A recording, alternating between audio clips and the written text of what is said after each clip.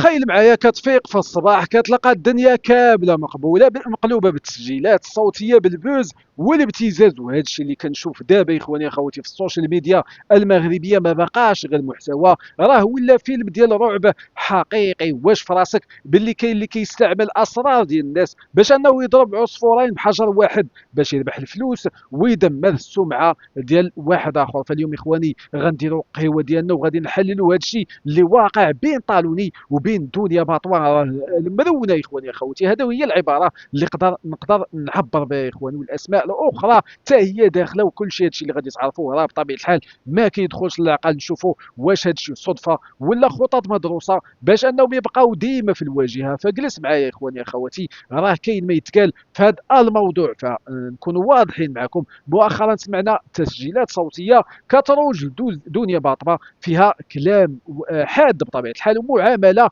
ما هياش معامله خايبه مع زبونه في مركز تجميل. دابا يا اخواني اخواتي بعيدا على واش بصح ولا ماشي بصح، والسؤال اللي كيطرح راسو علاش هاد التسجيلات خرجت دابا بالضبط وعلاش تلاحوا عند تحفه؟ فبطبيعه الحال اللي بغى يشوفهم راهم كاينين عند تحفه، وحسب ما تم التداول ديالو في مواقع التواصل فكيبان باللي كاين تحالف غير معلن بين بعض الاطراف باش انهم يقلبوا على البوز. هاد النوع اخواني ديال النشر كيتسمى استراتيجيه ديال الحرق، فيعني كتحرقوا خيط ديال الثقه باش اننا نشعلوا فيه العافيه في السوشيال ميديا. فبطبيعه الحال هادشي اللي كيديروا هاد الناس باش انهم يعاودوا يرجعوا للواجهه، واش هادشي كيديروا باش انهم يدافعوا على المظلوم ولا باش انهم يركبوا على الترند؟ فاخواني اخوتي هنا فين كيبدا العجب. فكاين اخبار كتسول على الطريقه اللي كيخدموا بها مراكز التجميل في هاد الاوساط، فكيتقال بطبيعه الحال والله اعلم باللي كاين استدراج للمشاهير. يعني الفنان كيمشي انه يدير عمليه تجميل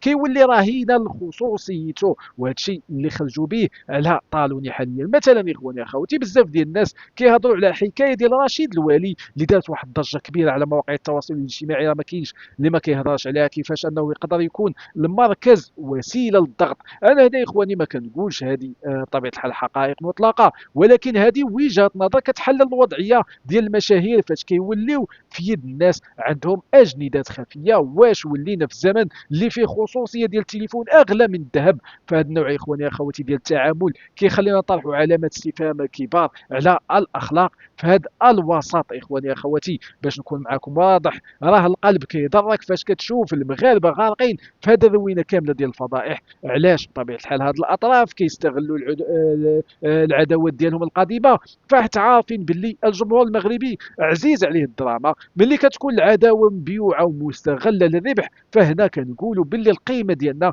كجمهور ولات هي رقم في عدد المشاهدات. يعني اذا عندك مشاهدات راه عندك قيمه، ما عندكش مشاهدات ما كتسوى والو. هادشي كيبين باللي كاين اللي كيشوف الحياه ديالنا الشخصيه غير ماده خام باش انه يطلع بها لونغاجمون ديالو. واش ما بقاش عندنا مواضيع انها تهمنا اكثر؟ اخواني اخواتي هادشي هو اللي كيطرح راسو حاليا. ففي الاخر هادشي كامل كيبقى راه سيناريو كيتلعب فيه دور ديال البطولات ديال الناس ما كيعرفوا كيفاش انهم يحركوا الراي العام وكيفاش انهم يتلاعبوا به. فالمهم هو اننا نردوا البال ونعرفوا باللي ماشي كل ما يلمع فهو ذهب، وماشي كل فضيحه هي راها حقيقه. فهاد الناس اخواني كيستعملونا باش انهم يكبروا لهم الفقاعه ديالهم اللي كتحركهم بطبيعه الحال كيدخلوا من ورانا الاموال. انا بغيت نعرف نتوما شنو بان لكم، واش هاد التسجيلات عندها علاقه بالعداوه القديمه ولا غير خطه تسويقيه باش انهم يبقاو في الواجهه؟ فخليوا لي الاراء ديالكم في التعليقات، راه كنقرا كل شيء بطبيعه الحال وكنبغي